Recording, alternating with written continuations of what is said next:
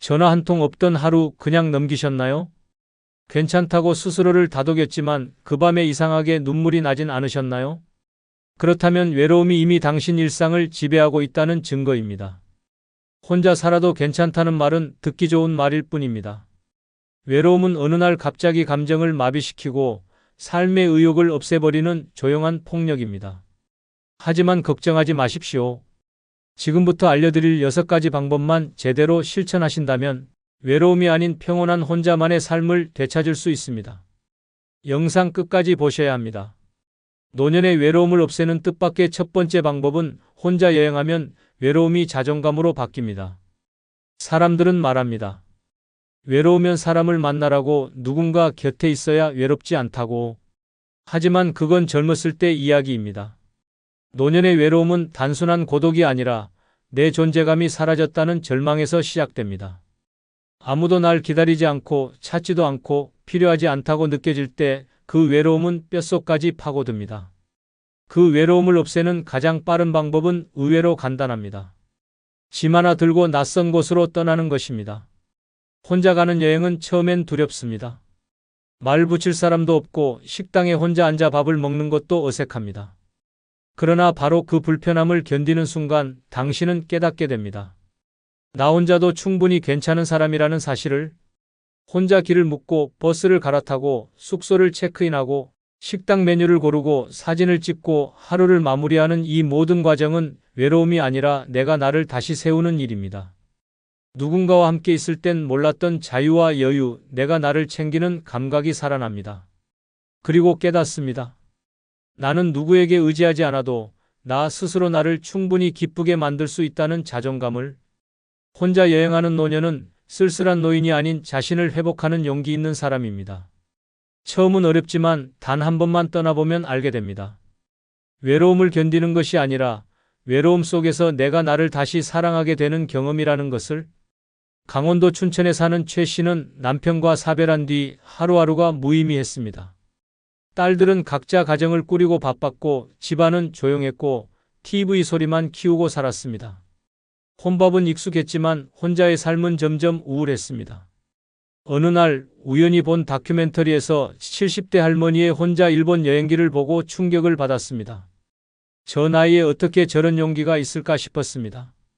며칠을 망설이다가 결국 최 씨는 기차표를 끊고 경주로 향했습니다.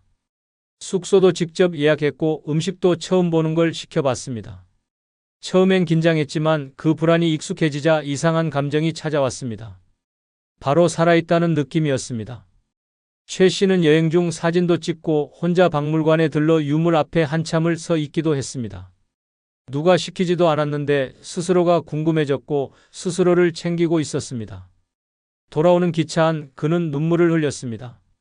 나는 괜찮은 사람이었구나. 나 혼자도 충분히 괜찮았구나. 이후 그는 계절마다 혼자 여행을 떠납니다.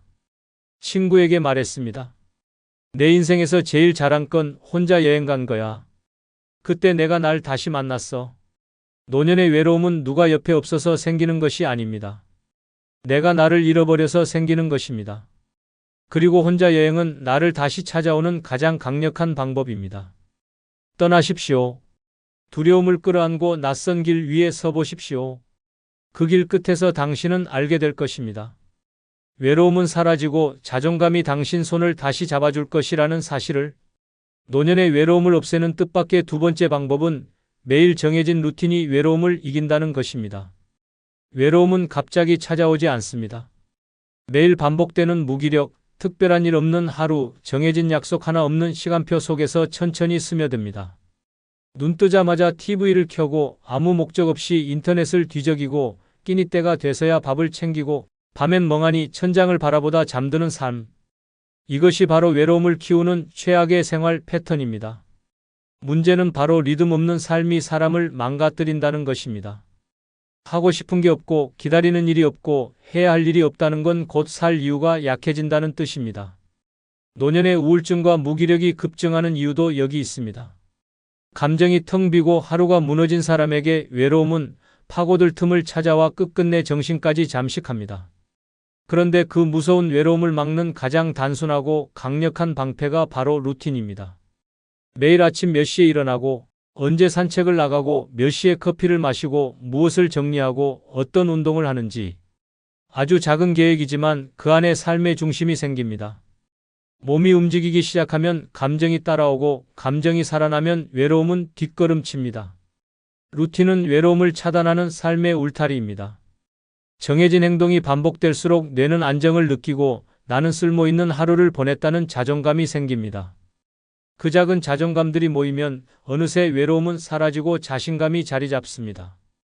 혼자 있되 고립되지 않는 기술, 그것이 바로 루틴입니다. 전라남도 순천에 사는 하 씨는 남편과 사별한 후 한동안 침대에서 일어나지 못했습니다. 밥은 대충 때우고 씻지도 않고 달력의 날짜조차 헷갈릴 정도로 시간을 놓치며 살았습니다. 그렇게 몇 달을 보내자 몸은 굳고 마음은 무너졌습니다.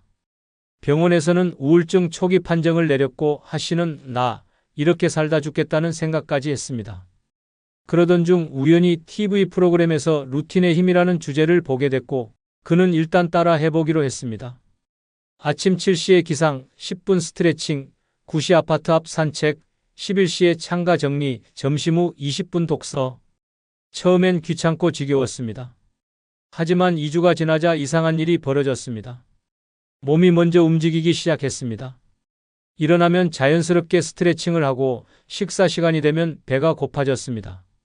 산책 중 같은 시간에 마주치는 사람들과 인사를 나누게 되었고 독서를 하다 재미있는 구절을 밑줄 그으며 미소 지었습니다. 하 씨는 말합니다. 살고 있다는 느낌이 들었어요. 그리고 혼자가 아니라는 생각도요. 이제는 누가 시키지 않아도 스스로 하루 계획표를 적고 체크리스트를 만들며 생활합니다. 그는 말합니다. 루틴을 만든 뒤 외로움이 고요한 평안으로 바뀌었어요. 스스로 만든 규칙 안에서 나는 다시 내 삶을 사랑하게 됐습니다. 노년의 외로움은 누가 곁에 없어서가 아닙니다. 나를 붙잡아줄 나만의 리듬이 없기 때문입니다. 무너진 루틴 속에 외로움이 자랍니다. 그러나 하루하루 정돈된 루틴은 외로움을 밀어내고 당신의 삶을 단단하게 세워줍니다. 지금부터라도 하루를 정해보십시오. 작은 계획이 큰 위안을 만들고 정해진 움직임이 당신을 살려냅니다. 루틴이 곧 생명줄입니다. 노년의 외로움을 없애는 뜻밖의 세 번째 방법은 새로운 사람들과 연결될 수 있는 활동에 과감히 뛰어드는 것입니다. 외로움은 조용히 찾아와 마음을 잠식합니다. 하지만 무서운 건 외로움이 오래되면 사람을 피하게 된다는 사실입니다. 누가 불러줘도 귀찮고 약속이 생겨도 핑계를 찾고 만남 자체가 피곤해지는 상태. 문제는 그렇게 고립된 시간이 길어질수록 다시 사회로 돌아가는 문은 더 좁아진다는 데 있습니다. 혼자 있는 시간이 익숙해지면 점점 더 무기력해지고 말문도 막히고 결국 누구를 만나도 어색하고 서먹해집니다. 그렇게 사람을 멀리하면 삶의 감정은 메말라가고 그 틈을 외로움이 비집고 들어옵니다. 늙어 외롭다는 건 혼자 있는 시간이 많은 것이 아니라 사람들과 어울릴 자신감을 잃는 것입니다. 그 자신감을 되찾는 가장 빠르고 강력한 방법은 낯선 사람들 사이에 나를 던지는 것입니다. 거창한 일이 아닙니다. 마을 도서관, 구청 문화센터, 복지관, 작은 교회나 동호회, 내가 가보지 않은 공간, 몰랐던 프로그램 속으로 스스로 걸어 들어가는 일. 처음엔 서먹하고 어색합니다. 그러나 거기서 시작됩니다. 인사하는 법, 이야기 나누는 법, 다시 웃는 법. 새로운 사람을 만나면 내 안의 고정관념이 깨지고 새로운 활력이 생깁니다. 내가 누군가에게 반가운 사람이 되고 누군가의 이야기를 듣게 되면 외로움은 더 이상 들어설 자리를 잃습니다. 경기도 평택에 사는 김 씨는 3년간 거의 집 밖을 나가지 않았습니다. 남편은 일찍 세상을 떠났고 자식들은 타지에 살며 명절에만 얼굴을 비췄습니다. 하루하루가 똑같았고 목소리를 내는 날보다 안 내는 날이 더 많았습니다. 그러다 어느 날 집 우편함에 꽂힌 안내지가 눈에 들어왔습니다. 노인대상 미술 기초반 수강생 모집. 김 씨는 종이에 적힌 번호로 전화를 걸었습니다. 첫날 복지관 강의실에 들어섰을 때 김 씨는 가슴이 떨렸습니다. 모두 처음 보는 얼굴, 어색한 분위기, 낯선 북과 물감. 하지만 옆자리에 한 여성이 말을 걸었습니다. 처음이세요? 저도요. 그 순간 김 씨는 고개를 끄덕였고 두 사람은 함께 그림을 그리기 시작했습니다. 3개월 뒤 김 씨는 자신도 몰랐던 재능을 발견했고 더 놀라운 건 사람들과 나누는 웃음의 맛을 되찾았다는 것이었습니다. 매주 정해진 수업이 기다려졌고 점심시간에 335 모여 나누는 대화가 삶의 활력이 되었습니다. 김 씨는 말했습니다. 나는 죽은 줄 알았어요. 그런데 다시 살아난 기분이에요. 이젠 하루가 짧아요. 그 수업이 끝난 후에도 김 씨는 동기들과 함께 글쓰기 반, 걷기 모임, 독서 모임까지 참여하게 되었고 이제는 다음 달은 뭐 들을까? 라는 고민을 하며 살고 있습니다. 노년의 외로움은 공감보다 관계에서 옵니다. 낯선 사람들 속으로 한 발 내딛는 용기, 그 한 걸음이 인생을 바꿉니다. 아는 사람만 만나며 좁아지는 인생을 벗어나 모르는 사람들과 새로움을 만들어가야 합니다. 외로움을 이기는 사람은 결코 많은 사람과 있는 이가 아닙니다. 한 사람이라도 진심으로 연결되는 사람이 되는 것입니다. 지금이라도 당신의 삶 속 빈자리를 사람으로 채워야 합니다. 그 시작은 익숙한 틀을 깨고 새로운 문을 여는 데 있습니다. 노년의 외로움을 없애는 뜻밖의 4번째 방법은 외롭지 않기 위해 애쓰지 않고 그냥 오늘을 사는 것입니다. 외로움을 극복하려고 애쓰는 순간 외로움은 더 커집니다. 왜 이렇게 조용하지? 왜 오늘도 연락이 없지? 나만 혼자인가? 이런 질문이 시작되는 순간 고요한 하루는 곧바로 고통으로 바뀝니다. 문제는 외로움이 아니라 외롭지 않으려는 그 절박한 발버둥입니다. 사람을 만나고 전화를 걸고 무언가를 하려고 애쓰지만 그 끝에 돌아오는 건 더 깊은 고립감일 수 있습니다. 왜냐하면 노력할수록 비교하게 되고 비교할수록 상처받기 때문입니다. 누구는 손주가 찾아왔다는 말에 시들어가고 누구는 자식이 용돈 보냈다는 얘기에 위축됩니다. 그렇게 외롭지 않으려 애쓰다 보면 오히려 외로움에 사로잡혀 자신을 더 미워하게 됩니다. 노년에 가장 필요한 건 관계도 사람도 아닙니다. 바로 지금 이 순간에 집중하는 훈련입니다. 오늘 할 일 하나, 오늘 마실 차 한 잔, 오늘 걸을 거리 하나만 있으면 됩니다. 오늘을 무사히 보내는 일, 그것만이 외로움을 줄이는 유일한 길입니다. 외롭지 않으려는 강박은 인생을 쥐어짜게 만들고 감정을 억지로 조작하게 합니다. 하지만 고요한 하루, 혼자의 시간, 느린 템포 속에 스며드는 평화는 의외로 지금 이대로 괜찮다는 느낌을 안겨줍니다. 외로움을 없애는 가장 단순한 방법은 외로움과 싸우지 않는 것입니다. 충청남도 서산에 사는 정 씨는 72세입니다. 남편은 5년 전 세상을 떠났고 자식 둘은 외국에 정착해 1년에 한두 번 연락이 오는 정도였습니다. 처음에는 휴대폰을 쥐고 하루에도 몇 번씩 확인했습니다. 혹시나 하는 마음에 알람이 울릴 때마다 심장이 뛰었고 텅 빈 메시지함을 볼 때마다 눈시울이 뜨거워졌습니다. 그래서 그는 더 바쁘게 움직였습니다. 모임도 나가고 교회도 나가고 문화센터도 들렀습니다. 그러나 집에 돌아오면 더 허전했습니다. 내가 이러려고 하루를 보냈나 싶었고 일시적인 흥분이 가라앉고 나면 되레 깊은 공허가 밀려왔습니다. 그러다 어느 날 정 씨는 달력을 보다 문득 깨달았습니다. 내가 너무 바쁘게만 살았구나. 외롭지 않기 위해. 그날부터 그는 달랐습니다.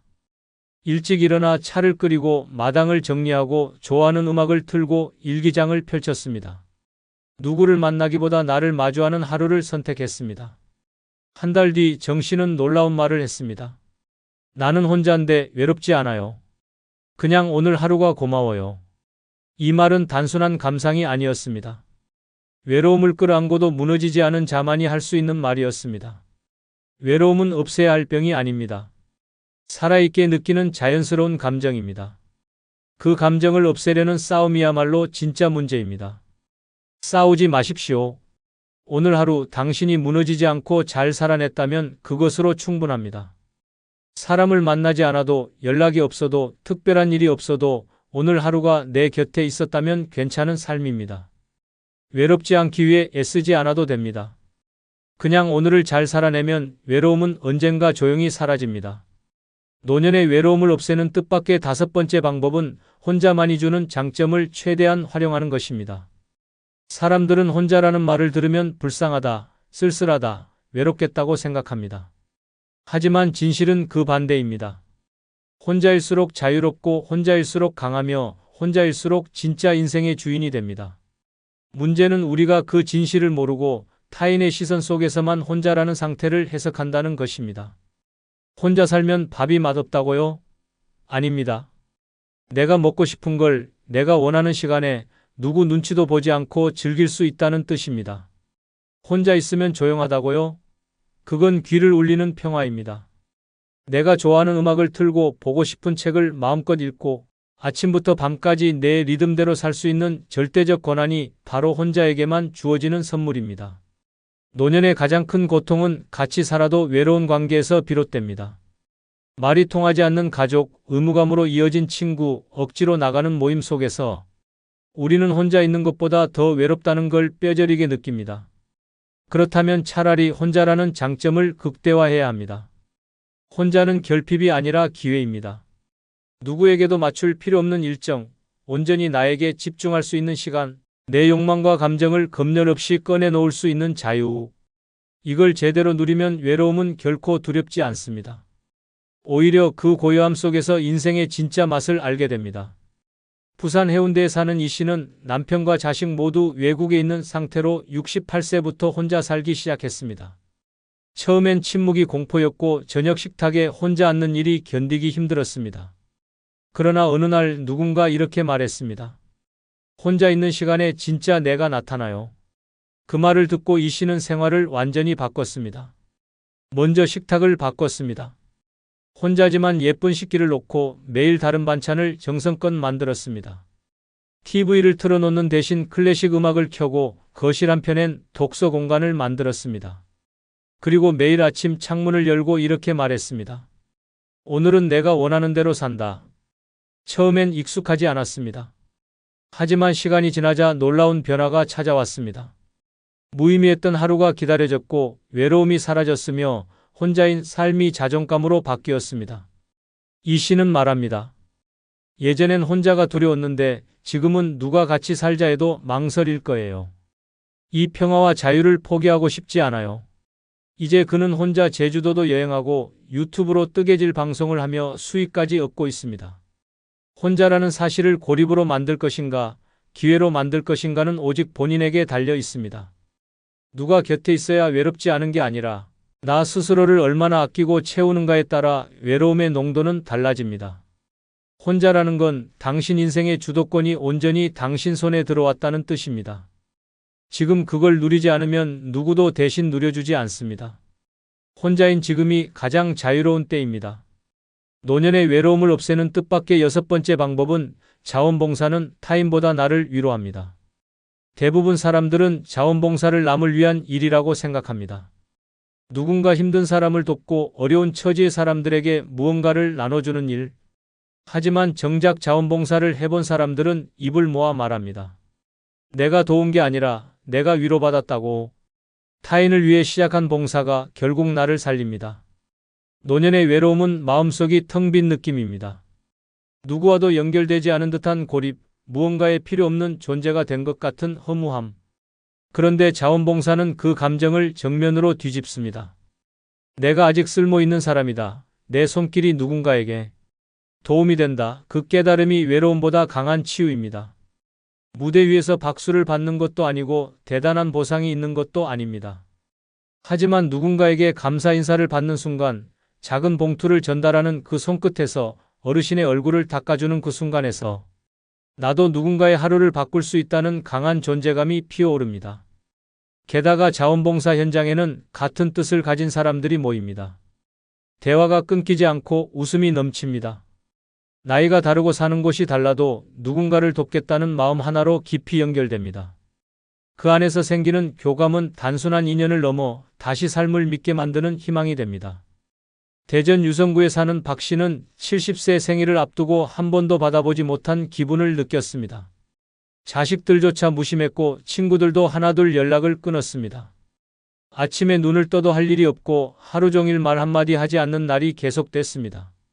그러던 중 우연히 지역신문에서 노인 돌봄 자원봉사 모집 기사를 봤습니다. 내가 남을 도울 수 있을까라는 의심을 안고 첫날 활동에 나섰습니다. 그가 맡은 대상은 중증 치매 어르신이었습니다. 말이 통하지 않았고 표정도 없었지만 박 씨는 하루에 1시간씩 찾아가 손을 잡고 앉았습니다. 한 달쯤 지났을 때였습니다. 치매 어르신이 박 씨를 보며 처음으로 웃었습니다. 그리고 아주 작은 소리로 이렇게 말했습니다. 고맙습니다. 그 말에 박 씨는 말없이 눈물을 흘렸습니다. 그 순간 박 씨는 깨달았습니다. 이분이 나를 살렸구나. 내가 누굴 도운 게 아니라 내가 살았구나. 그 후 박 씨는 주 3회 봉사를 이어가며 건강도 회복했고 새로운 친구들도 만났습니다.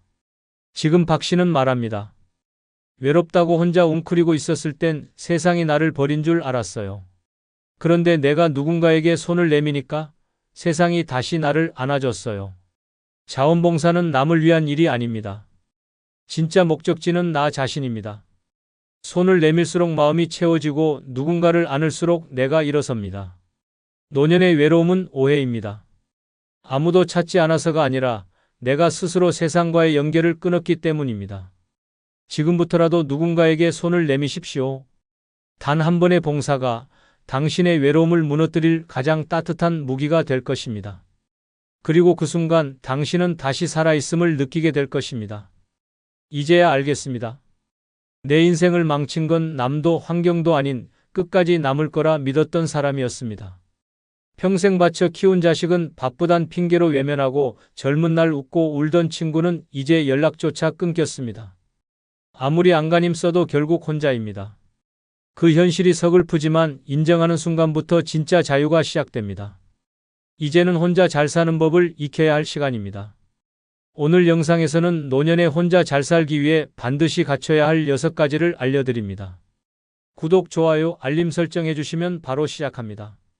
첫 번째는 나를 위해 돈을 쓰는데 주저하지 않고 사는 것입니다. 제 인생에서 처음으로 저 자신에게 돈을 써봤습니다. 그리고 울었습니다. 대구에 사는 75세 김명자 씨는 남편을 떠나보낸 지 8년째 자식들도 각자 살기 바쁜 현실 속에서 홀로 살아가고 있습니다.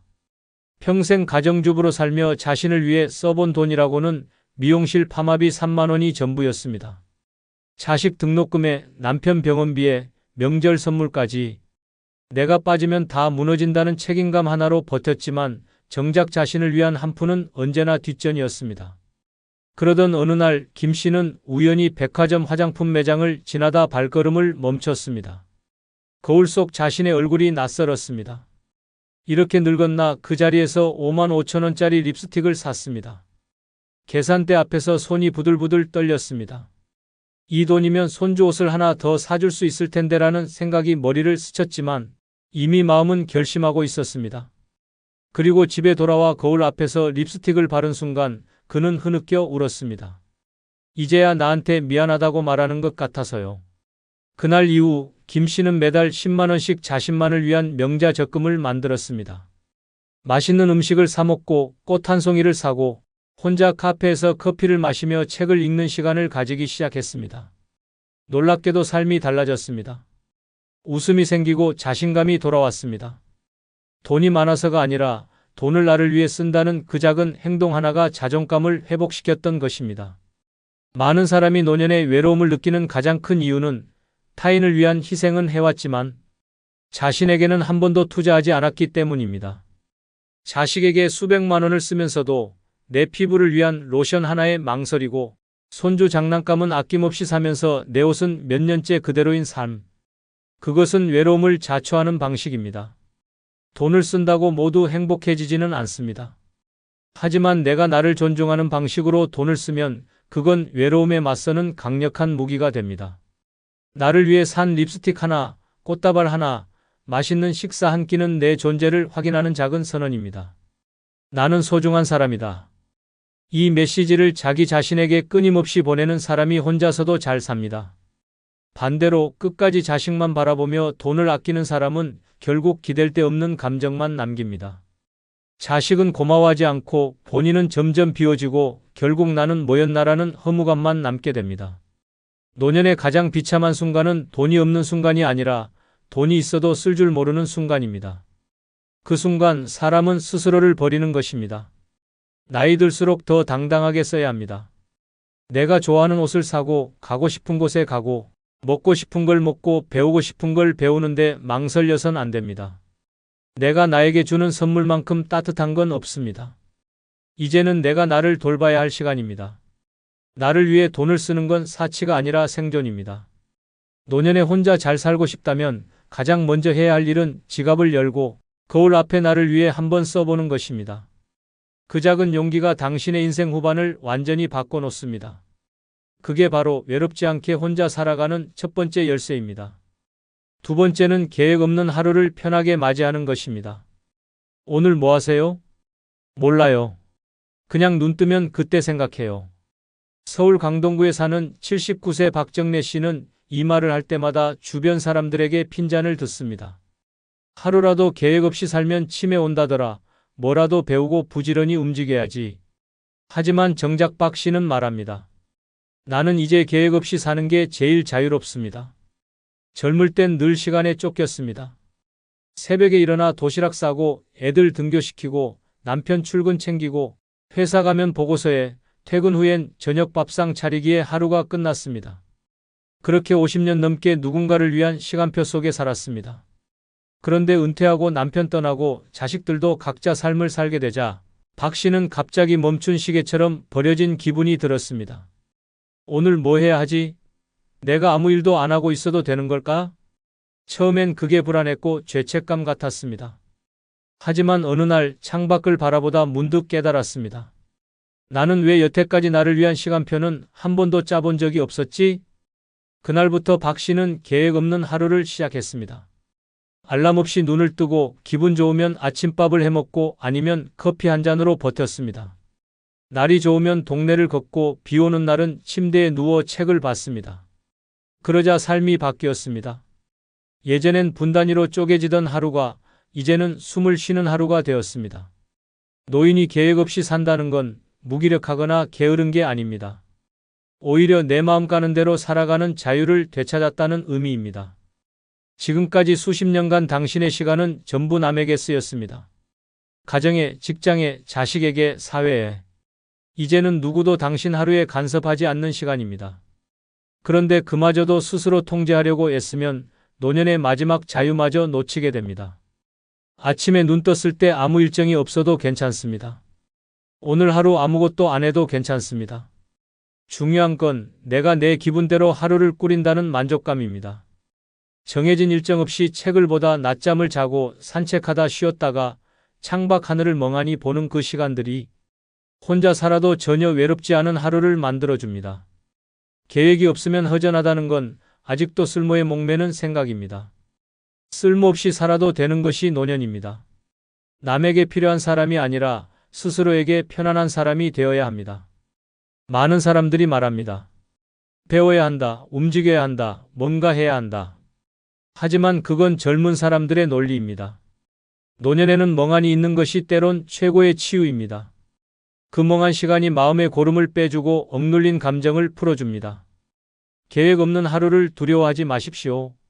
그건 실패가 아니라 당신이 비로소 온전히 나로 살아가는 증거입니다. 이제는 시간에게 쫓기지 말고 시간과 친구가 되어야 합니다. 혼자 살아도 잘 사는 사람은 혼자여도 조급하지 않은 사람입니다. 아무것도 하지 않아도 괜찮다는 걸 아는 사람입니다. 계획 없는 하루, 그 하루를 불안해하지 않고 누릴 수 있다면 당신은 이미 혼자 잘 살 준비가 된 사람입니다. 세 번째는 누구의 인생도 부러워하지 않는 것입니다. 저 집은 며느리가 그렇게 잘 챙긴다더라. 같은 나이인데도 손주들이 주말마다 와서 북적인다더라. 경기도 평택에 사는 76세 조정자 씨는 이 말을 들을 때마다 웃는 척했지만 속으로는 밤마다 이불을 덮고 울었습니다. 남편 없이 혼자 지내는 것도 서러운데 이웃의 자랑은 늘 조 씨의 마음을 핥히었습니다. 같은 아파트 5층에 사는 윤 여사는 딸이 매주 반찬을 가져다주고 손주는 문 앞에서 할머니를 안고 사랑해요를 외칩니다. 조 씨는 그런 모습을 보며 자신이 뭘 잘못했나 되묻습니다. 자식에게 기대지도 않고 며느리와 다툰 적도 없이 평생 조용히 살아왔는데 왜 나는 외로움만 남았을까? 주말마다 이웃집 현관에 쌓이는 반찬 봉투를 보며 조 씨는 한 번도 받은 적 없는 도시락을 떠올렸습니다. 그러던 어느 날 그는 다짐했습니다. 이제 그만 남을 부러워하자. 나는 나니까. 그날 이후 조 씨는 비교를 멈추는 연습을 시작했습니다. 혼자 밥을 먹을 때도 TV 속 다정한 가족 광고가 나올 때도 스스로에게 이렇게 말했습니다. 나는 잘 견디고 있으니 그것으로 충분하다. 놀랍게도 그 순간부터 마음이 조금씩 가벼워졌습니다. 이웃이 손주 자랑을 해도 웃을 수 있게 되었고 자기 반찬을 직접 만들어 먹는 시간이 오히려 성취처럼 느껴졌습니다. 이제는 내 인생을 나답게 사는 게 가장 귀한 거란 걸 알게 됐어요. 가장 고통스러운 외로움은 혼자 있음에서 오는 게 아니라 남과 비교하며 스스로를 깎아내릴 때 생깁니다.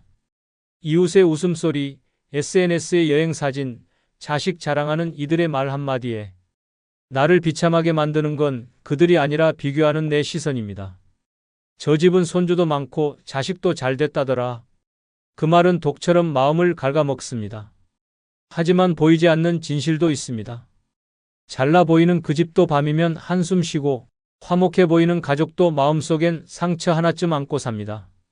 겉으로는 다 가진 듯 보여도 누구에게나 말 못할 고통은 존재합니다. 부러움은 나를 가난하게 만듭니다. 나는 나의 시간을 버텨낸 사람이고 내 인생의 숱한 굴곡을 넘어 지금 이 자리에 선 사람입니다. 그 누구의 삶과도 바꿀 수 없는 유일한 인생의 결과물입니다. 그런데 왜 그 소중한 삶을 남의 잣대로 평가하며 자책해야 합니까? 남을 부러워하는 순간 나는 내 삶의 주인이 아니라 구경꾼이 됩니다.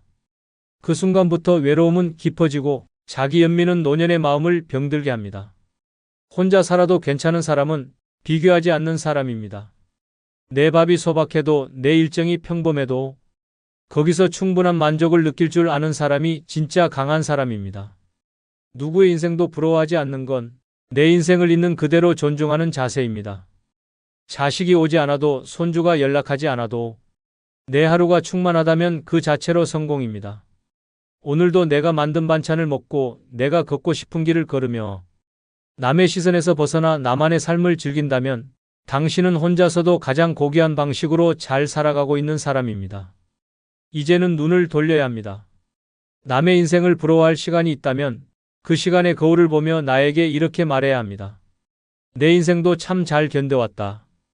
그리고 지금도 잘 살고 있다. 그 한마디면 충분합니다. 그 마음이면 당신은 외롭지 않습니다. 네 번째는 늙는 걸 자연스럽게 받아들이는 것입니다. 아줌마, 염색 좀 하세요. 너무 지저분해 보여요. 버스 안에서 들은 한마디에 74세 윤순자 씨는 며칠을 잠을 이루지 못했습니다. 거울 속엔 흰머리가 소복한 자신이 있었습니다. 예전엔 젊다는 말 많이 들었고 남편과 외식할 땐 늘 립스틱 하나쯤은 챙기던 사람이었습니다.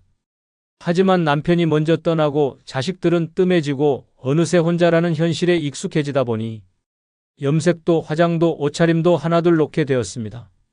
그러던 어느 날 거울을 보며 중얼거렸습니다. 내가 너무 늙어버렸구나. 그날 이후 윤 씨는 미용실에 가서 머리를 염색하고 화장품도 샀습니다. 하지만 이상하게도 예전의 나는 돌아오지 않았습니다. 더 허전했고 더 공허했습니다. 그제야 깨달았습니다.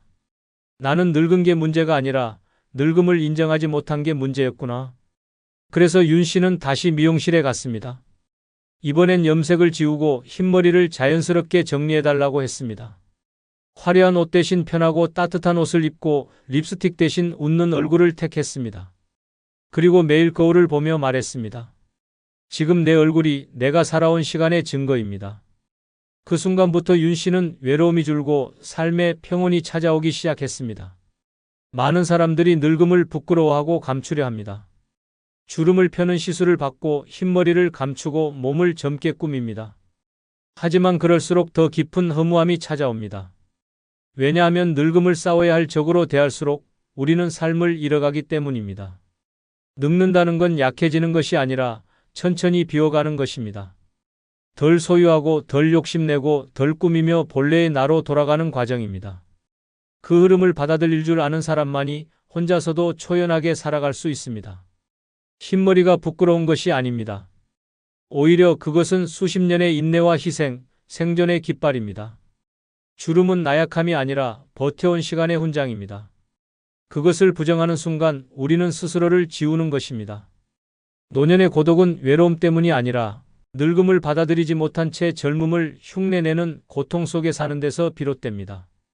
젊은이들과 섞이려 애쓰고 새로운 트렌드를 억지로 좇으며 나는 아직 쓸모 있다고 외치는 그 발버둥이 결국 스스로를 더욱 초라하게 만듭니다. 진짜 혼자 잘 사는 사람은 거울 속 주름진 얼굴을 보며 당당하게 웃을 수 있는 사람입니다. 늙음을 문제가 아니라 과정으로 인정하는 사람입니다. 지금 당신이 걷는 걸음이 느려졌다고, 자꾸 깜빡한다고, 예전만큼 손이 가지 않는다고 절대 초라한 게 아닙니다. 그건 당신이 살아온 시간을 고스란히 품고 있다는 증거입니다. 늙음을 받아들인다는 건 세상의 기준에서 벗어나 이제야 진짜 나로 살아가기 시작한다는 뜻입니다. 꾸미지 않아도, 바쁘지 않아도 있는 그대로의 내가 존중받을 가치가 있다는 사실. 그걸 아는 순간 노년은 외롭지 않습니다. 이제는 싸우지 마십시오. 당신은 이미 충분히 버텨왔고 늙었다는 사실은 당신이 지금까지 잘 살아왔다는 강력한 증거입니다. 그 늙음을 껴안는 순간부터 당신은 혼자서도 빛나는 인생을 살게 됩니다. 5번째는 자식에게 기대지 않는 마음을 기르는 것입니다. 딸이 데리러 온다고 해서 이틀을 밥도 안 먹고 기다렸습니다. 그런데 결국 안 왔습니다. 경기도 수원에 사는 78세 장복희 씨는 그날 밤 혼자 밥을 차려 먹다 울음을 터뜨렸습니다. 아들이 미국에 있고 딸 하나만 가까운 곳에 살지만 평소에도 자주 연락이 없었습니다. 한 번만이라도 같이 마트 가고 싶었어요.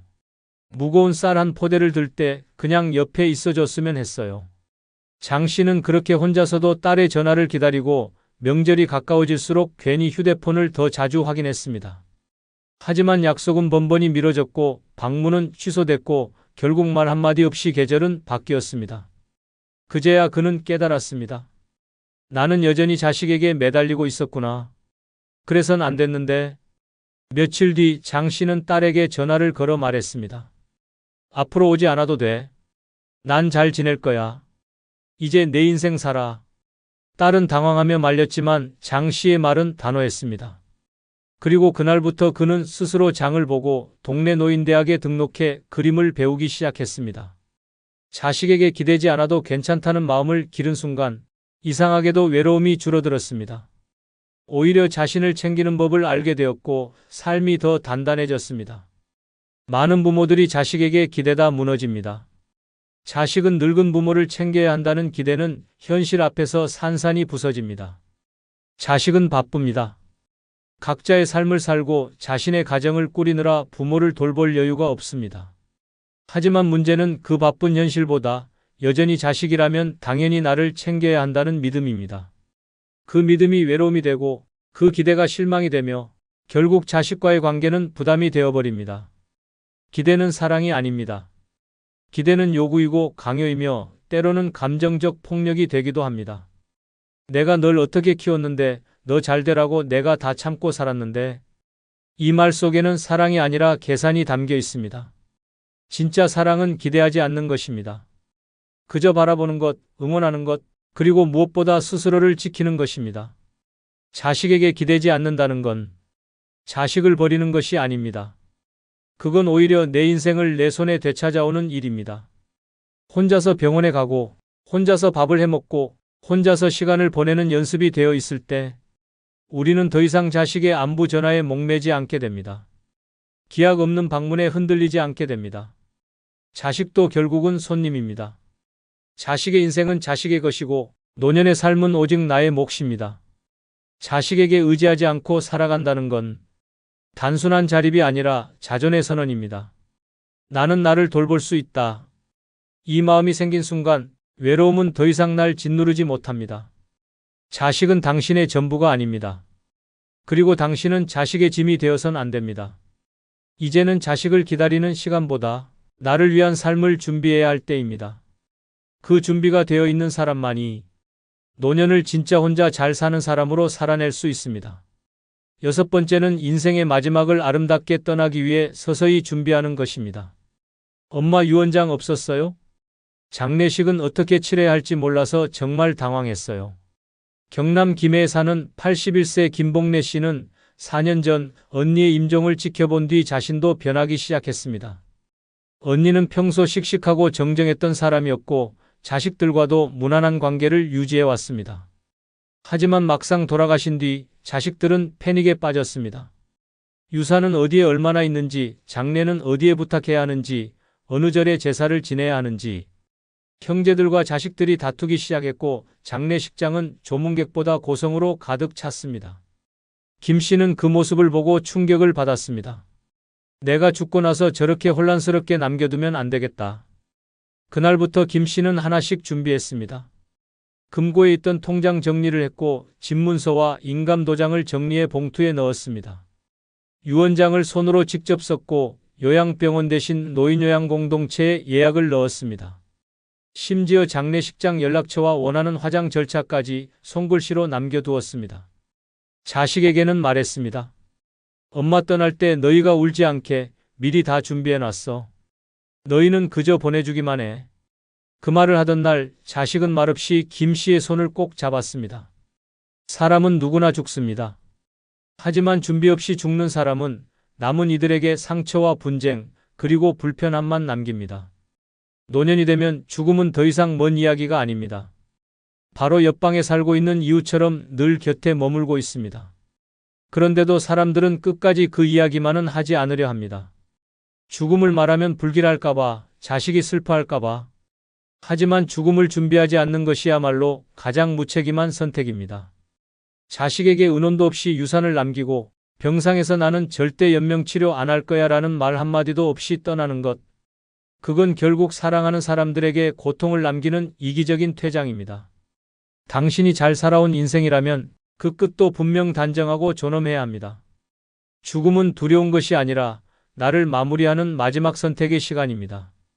그 마무리를 누군가 대신 해줄 수는 없습니다.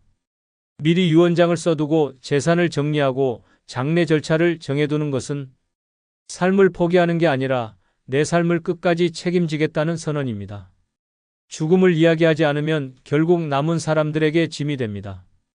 그 짐은 경제적 부담이 아니라 감정적 상처로 이어집니다. 엄마가 왜 아무 말도 안 하고 가셨을까? 그 후회는 평생 남습니다.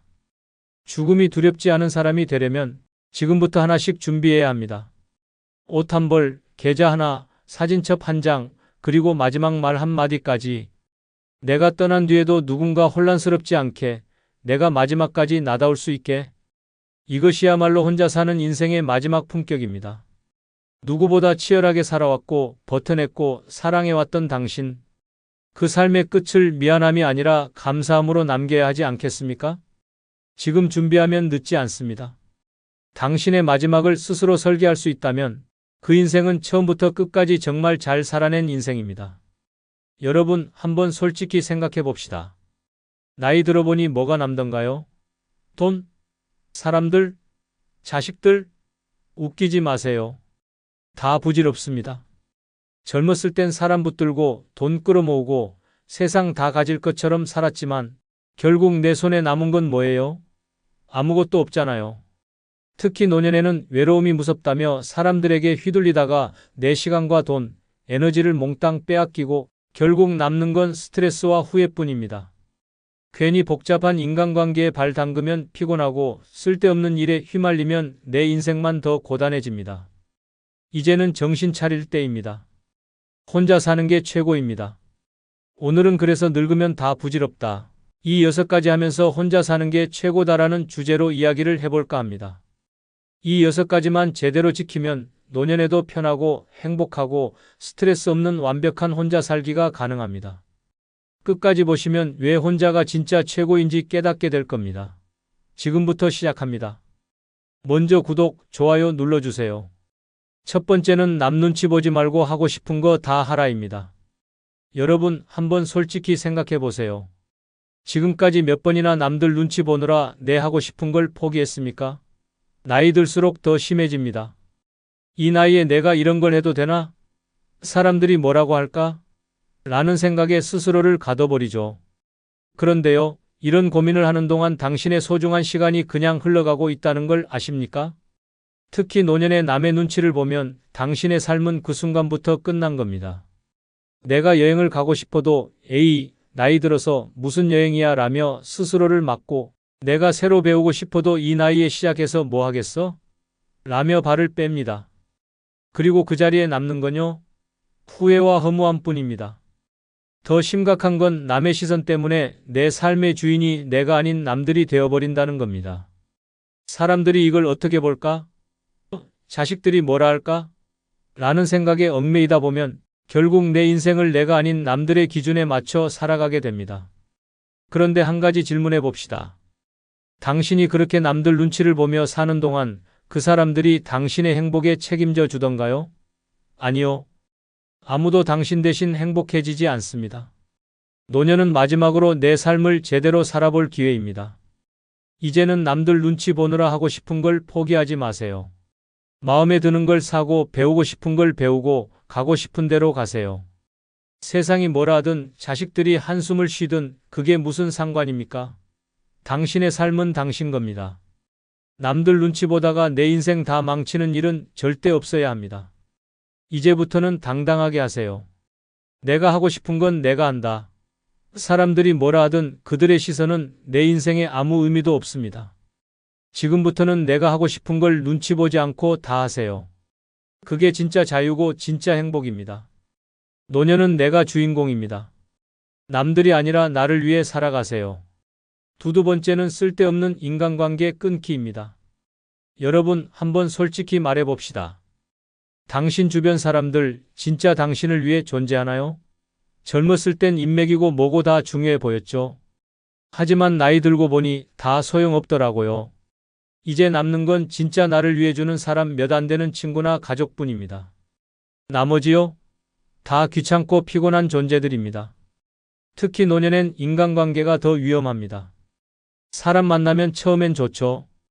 얘기하고 웃고 떠들고 기분 좋아지는 것 같지만요. 조금만 지나면 그 모임의 진짜 목적이 드러납니다. 이번에 우리 가족이 좀 힘든데라며 돈 부탁하는 사람, 시간 있으면 이 일 좀 도와줘라며 당신의 에너지를 갈아먹는 사람, 심지어 뒷담 화나 험담의 소재로 당신을 이용하는 사람들까지 결국 남 좋은 일만 시키고 내 시간과 정작 나를 위한 여유는 사라지는 것, 그게 현실입니다. 게다가 나이가 들면 사람들은 당신을 더 쉬운 타겟으로 봅니다. 뭐든지 잘 도와주고 잘 들어주고 쉽게 넘어갈 것 같아 보이니까요. 결국 당신의 선의를 당연히 여기고 그걸 빼앗아 가려고 들겠죠. 왜 그런 관계에 나를 소모합니까? 이제는 단호하게 끊어야 합니다. 쓸데없는 인간관계는 노년의 암덩어리 같은 존재일 뿐입니다. 사람들과 얽혀서 내 에너지만 소모되고 불필요한 갈등만 늘어나는 관계는 이제 끝내세요. 진짜 내 마음을 위로하고 나에게 기쁨을 주는 소수의 관계만 남기고 나머지는 싹 정리해버리는 게 정답입니다.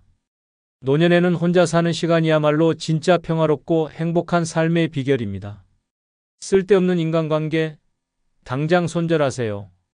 세 번째는 돈 함부로 쓰지 않기입니다. 여러분, 노년에 가장 위험한 게 뭔지 아세요? 돈을 함부로 쓰는 겁니다. 여기저기 베풀고 쓸데없이 남들에게 쓰고 혹은 누가 좋다는 말에 홀려서 투자하고 그러다가 내 평생 모은 돈이 바닥나면요.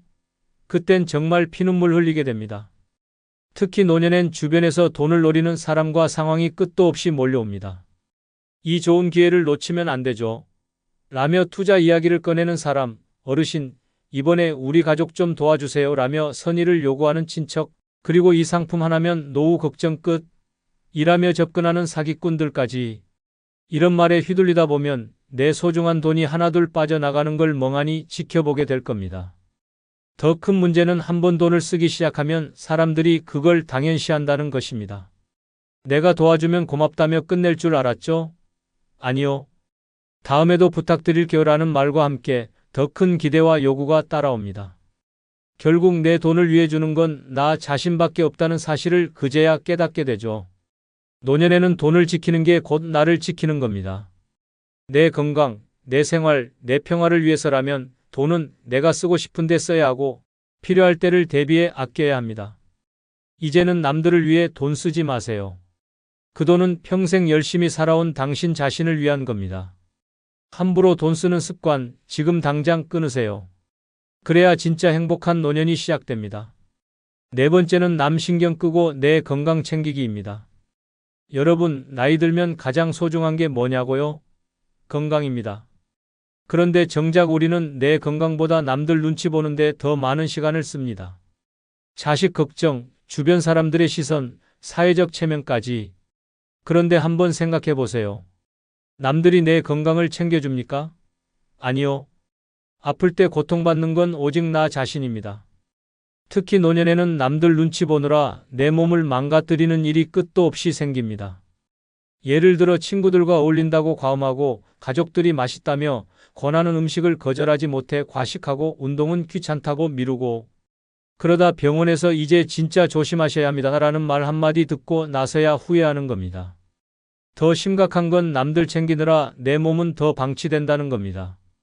자식들 밥 해주고 손주 봐주느라 바쁘고 주변 사람들 부탁 들어주느라 내 시간은 늘 뒷전입니다. 이러다가 나중에 내가 몸이 아파 누웠을 때 누가 책임져 줄까요? 남들? 자식들? 아니요. 결국 고통받는 건 오롯이 나 자신입니다. 이제는 깨달아야 합니다. 내 몸은 내가 돌보지 않으면 끝이다. 남들 눈치 보며 내 건강을 희생할 만큼 내 인생이 남아있지 않습니다. 운동하기 싫어도 해야 하고 몸에 좋은 음식은 꼬박꼬박 챙겨 먹어야 합니다. 건강을 지키는 건 남들한테 잘 보이기 위해서가 아니라 내가 더 오래, 더 행복하게 살기 위해서입니다. 남들 신경 끄고 내 건강에 올인하세요. 남들이 뭐라든 내 몸을 소중히 여기는 게 혼자 살면서 행복하게 사는 비결입니다. 병원 침대에 누워 후회하는 날이 오기 전에 지금 당장 건강부터 챙기세요. 5번째는 가난한 사람과 절대 엮이지 않기입니다. 여러분, 가난한 사람과 친해지는 게 꼭 나쁜 일이라고 생각하지 않을 겁니다. 하지만 노년엔 이야기가 달라집니다. 가난한 사람과 엮이는 순간 당신의 시간, 돈, 에너지가 끝도 없이 빨려 들어가는 수렁이 될 수 있습니다. 처음엔 좀 도와달라는 사소한 부탁으로 시작하죠. 조금만 힘이 되어주세요 라며 고개를 숙이던 그들은 당신이 한번 도와준 순간부터 당신을 지갑으로 보기 시작합니다. 한 번 도와주면 고맙다면서 다시 찾아옵니다. 2번 도와주면 이제 그게 당연한 권리처럼 느껴지죠. 그리고 나중엔 어떻게 될까요? 이제는 내가 없으면 저 사람은 안 되겠지라는 이상한 책임감이 당신을 휘감게 됩니다. 결국 그들의 문제는 끝없이 커지고 당신은 그 늪에서 빠져나올 수 없게 되는 겁니다. 가난한 사람들은 종종 자기 문제를 스스로 해결하지 못합니다. 그리고 그 문제를 풀 열쇠를 당신에게서 찾으려 합니다. 하지만 한 가지 기억하세요. 그들의 문제는 당신이 아무리 도와줘도 해결되지 않습니다. 오히려 당신이 도와줄수록 더 의존하게 되고 나중엔 도와주던 사람이 갑자기 안 도와주면 더 힘들다며 당신을 원망할 가능성까지 생깁니다.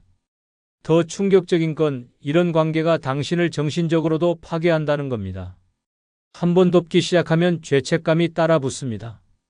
내가 더 해줄 수 있었는데 혹시 내가 손을 놓으면 이 사람은 어떻게 될까? 라는 생각이 머릿속을 떠나지 않게 되죠. 하지만 현실은 냉정합니다. 그들은 당신의 죄책감 위에 더 큰 요구를 쌓아 올릴 준비가 되어 있습니다. 노년엔 내 삶이 최우선입니다.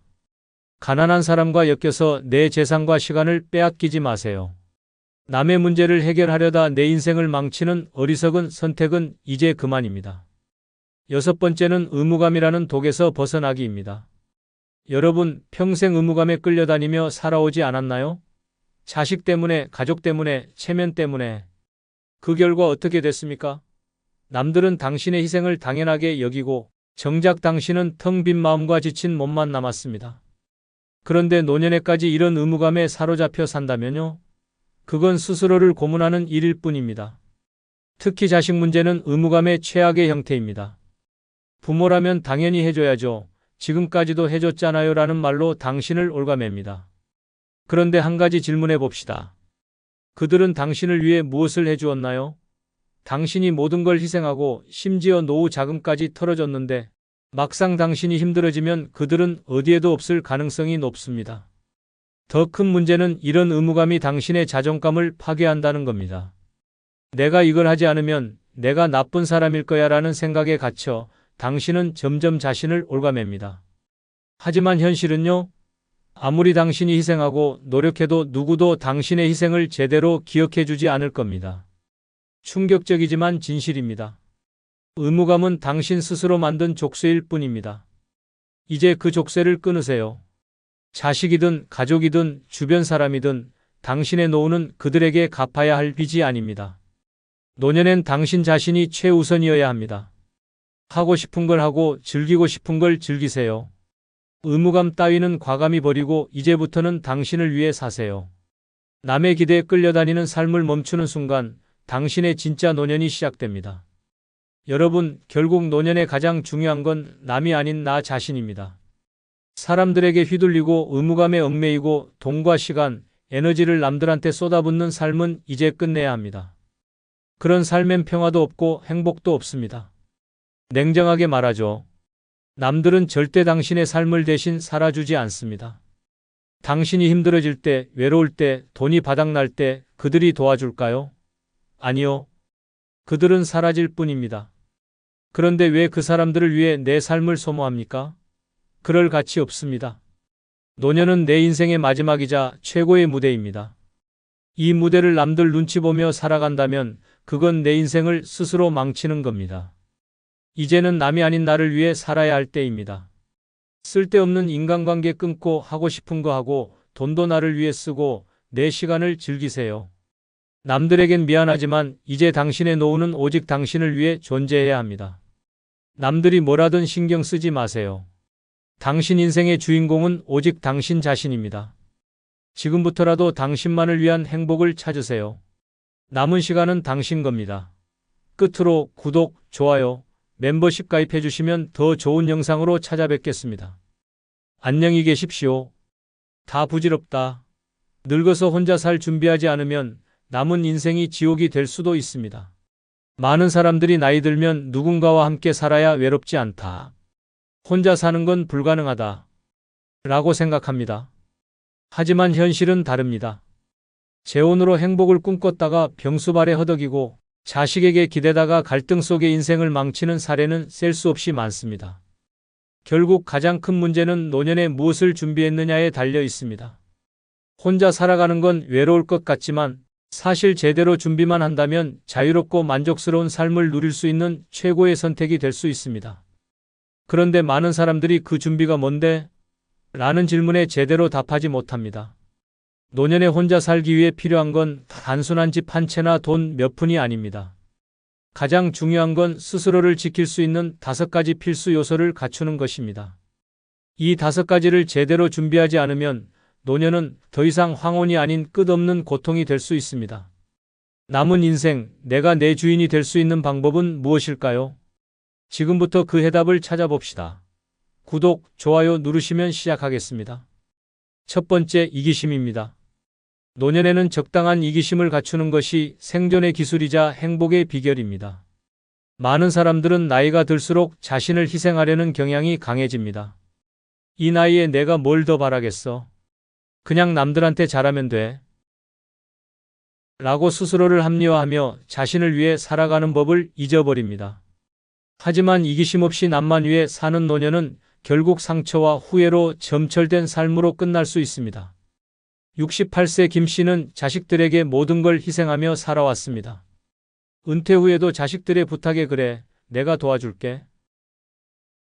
라며 남은 자금을 끌어모아 지원했습니다. 그런데 시간이 지나자 자식들의 태도는 점점 변했습니다. 엄마, 이번에 조금 더 빌려줘. 라는 말이 반복되었고 갚지 않는 돈은 쌓여만 갔습니다. 결국 김 씨의 통장은 텅 비었고 남은 노후는 더 이상 자신을 위한 시간이 아니었습니다. 나는 이렇게까지 희생했는데 왜 나만 이렇게 외롭고 힘든 걸까? 이기심 없이 살아가는 노년은 주변 사람들에게 당연한 존재가 됩니다. 당신이 도와주는 것을 거절하지 않는 순간 그 도움은 끝이 없습니다. 처음에는 감사하던 사람들이 점점 당신의 희생을 당연하게 여기고 나중에는 그것조차 불평하는 상황까지 벌어질 수 있습니다. 나이가 들수록 더 많이 베풀어야 한다. 라는 말은 잘못된 생각입니다. 이기심이란 타인을 외면하거나 배척하는 것이 아닙니다. 내가 내 삶의 주인이 되는데 필요한 건강한 방어선을 만드는 것입니다. 아무리 가까운 사람이라도 내 행복과 존엄성을 해칠 정도로 희생할 필요는 없습니다. 노년의 이기심을 갖추기 위해 가장 중요한 것은 아니요라고 말하는 연습입니다. 자식이나 친구가 도움을 요청하더라도 내가 감당할 수 없는 부탁이라면 단호히 거절해야 합니다. 내가 여유가 없어서 도와줄 수 없어. 이라고 말하는 것은 이기적인 행동이 아니라 내 삶을 지키는 현명한 선택입니다. 또한 나 자신이 먼저다. 라는 마음가짐이 필요합니다. 자식들이 어렵다고 해도, 친구가 도움을 요청한다고 해도 내 건강과 재정이 우선입니다. 내가 무너지면 그들을 돕는 것도 불가능해집니다. 이기심은 내가 행복하기 위해 필요한 최소한의 보호막입니다. 그것이 없다면 노년은 끝없는 희생과 배신의 연속이 될 수 있습니다.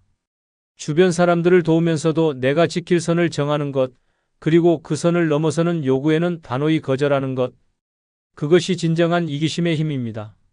나 자신을 지키지 않으면 아무도 나를 지켜주지 않는다. 노년의 이기심은 이기적인 행동이 아니라 내 삶을 존중하는 가장 큰 지혜입니다. 지금부터라도 내 인생의 우선순위를 나 자신으로 바꾸십시오. 그것이 당신을 진정으로 행복하게 만들 것입니다. 두 번째, 돈입니다. 노년에 가장 중요한 건 돈입니다. 돈이 없다면 노년은 끝없는 고통의 시작이 될 뿐입니다. 나이 들수록 건강은 점점 나빠지고 예상치 못한 병원비와 생활비가 쌓여갑니다. 난 건강하니까 괜찮아. 라고 생각하며 돈의 중요성을 과소평가한다면 뒤늦게 그 대가를 혹독하게 치르게 됩니다. 돈이 없으면 선택의 자유도 없고 존엄성도 지킬 수 없습니다.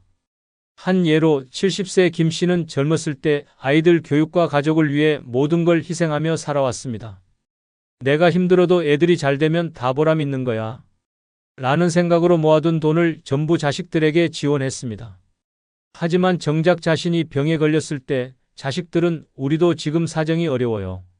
라며 등을 돌렸습니다. 김 씨는 병원비를 감당하지 못해 값싼 요양병원에 들어갔고 거기서 내가 이렇게 비참한 노후를 보낼 줄은 몰랐어. 라며 한탄했습니다. 돈은 단순한 생계의 문제가 아닙니다. 돈이 없으면 인간관계도 무너집니다. 친구들과의 모임에 나가고 싶어도 돈이 없으면 자연스럽게 멀어지게 됩니다. 나중에 모아둔 돈이야 뭐 필요하겠어? 라고 생각한다면 나이가 들어서야 깨닫게 될 것입니다. 돈이 없는 사람은 결국 사회에서 고립된다는 사실을요.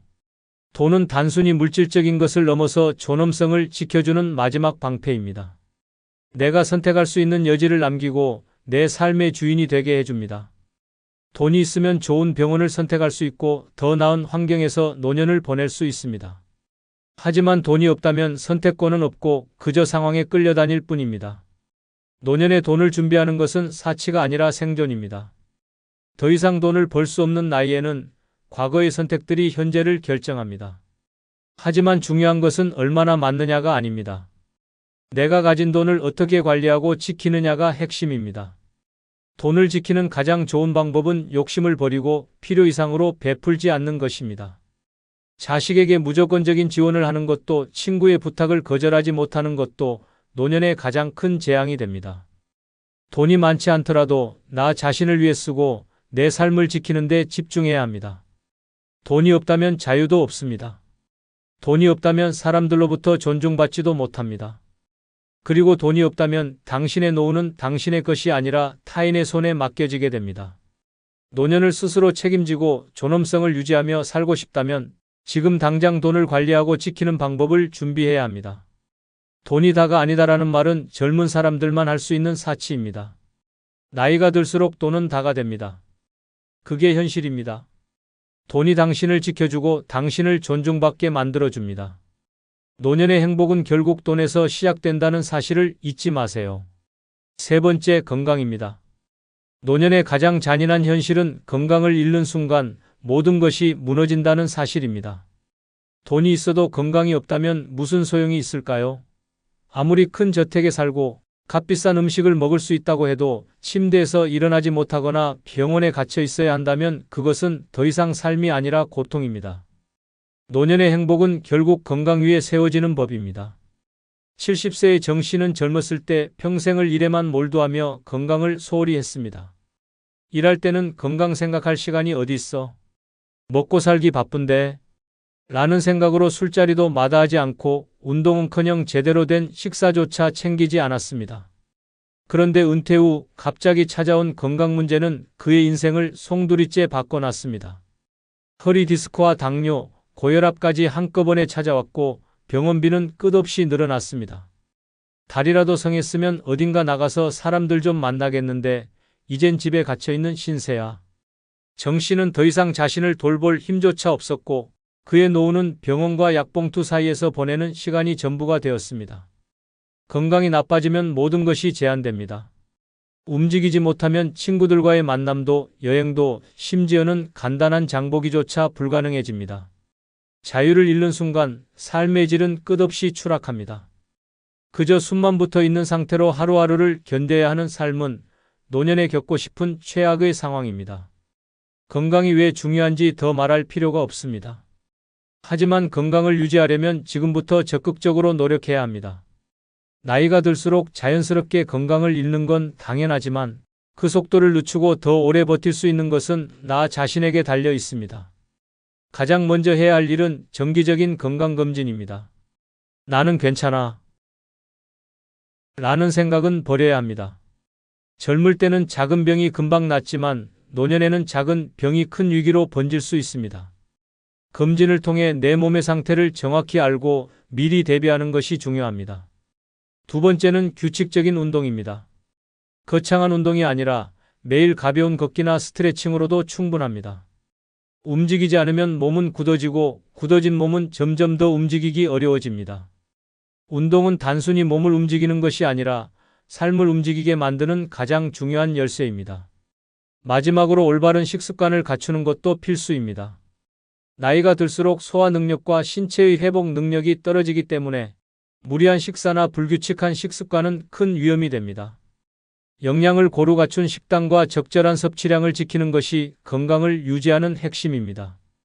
건강을 잃으면 노후는 고통이 됩니다. 병원과 약봉투 속에 갇히고 간병인이 필요해지며 내 삶은 내 것이 아니게 됩니다. 건강은 나 자신을 지킬 수 있는 가장 중요한 무기입니다. 나중에 운동하지 뭐. 라는 생각은 결국 내 노후를 망치는 가장 큰 실수가 됩니다. 건강은 기다려주지 않습니다. 지금부터라도 건강을 돌보는 것이 나 자신을 위한 최고의 투자가 됩니다. 노년의 삶은 건강 위에 세워집니다. 건강이 없으면 자유도 행복도 존엄도 없습니다. 나이가 들어도 당당하고 활기차게 살아가려면 지금부터라도 내 몸과 마음을 돌보는 데 최선을 다해야 합니다. 건강이야말로 노후의 진정한 자산입니다. 네 번째, 자존감입니다. 노년의 가장 중요한 것은 나 자신을 사랑하고 존중하는 힘, 바로 자존감입니다. 노년이 되면 많은 사람들이 자존감을 잃기 쉽습니다. 젊었을 때는 일을 하고 가정을 꾸리고 사회에서 역할을 하며 내가 필요한 존재라는 사실을 느낄 수 있었습니다. 하지만 은퇴 후 혹은 자녀가 독립한 후에는 나는 이제 쓸모없는 존재인가? 라는 생각이 스멀스멀 올라오기 시작합니다.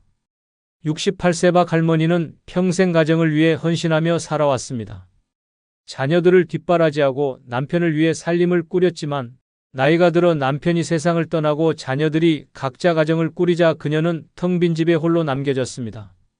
내가 여기서 뭘 하고 있지? 스스로에게 물어보며 점점 우울해졌습니다. 주변 사람들에게서도 관심이 줄어들자 그녀는 자신이 아무 쓸모없는 존재라고 느끼기 시작했습니다. 자존감을 잃는 순간 삶의 질은 급격히 추락합니다.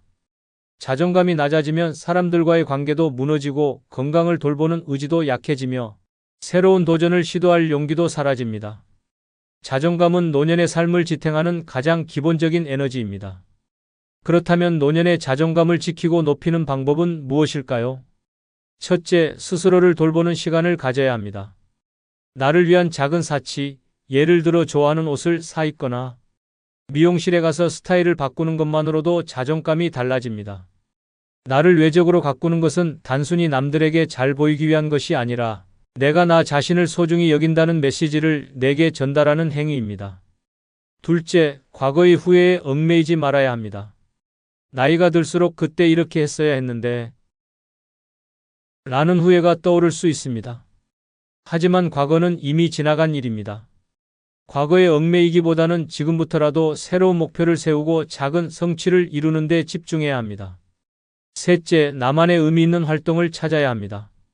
취미나 봉사활동 혹은 작은 일이라도 내가 즐길 수 있는 무언가를 하는 것이 중요합니다.